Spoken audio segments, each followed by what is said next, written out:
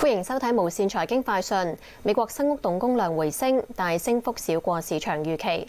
美國5月份新屋動工年率有157萬2千戶，按月升3.6%，主要由於二手房屋供應短缺，刺激新屋動工量回升。不過升幅少過市場預期嘅3.9%，可能受到木材等原材料短缺同埋價格上升影響。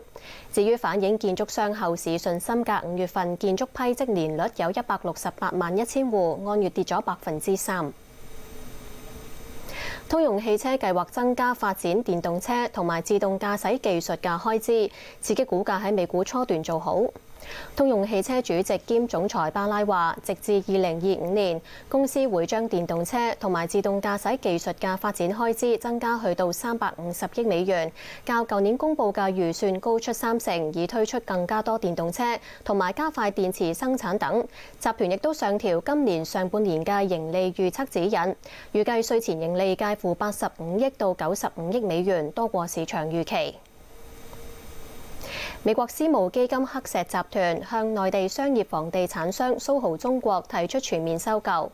黑石建議以每股5蚊收購蘇豪中國所有股本，較股份停牌前有大約1/3日價，涉資大約236億。交易完成之後，集團將會維持蘇豪中國嘅上市地位。有關收購嘅前提係必須得到內地市場監管總局根據反壟斷法考慮同埋批准。多謝收睇無線財經快訊，再會。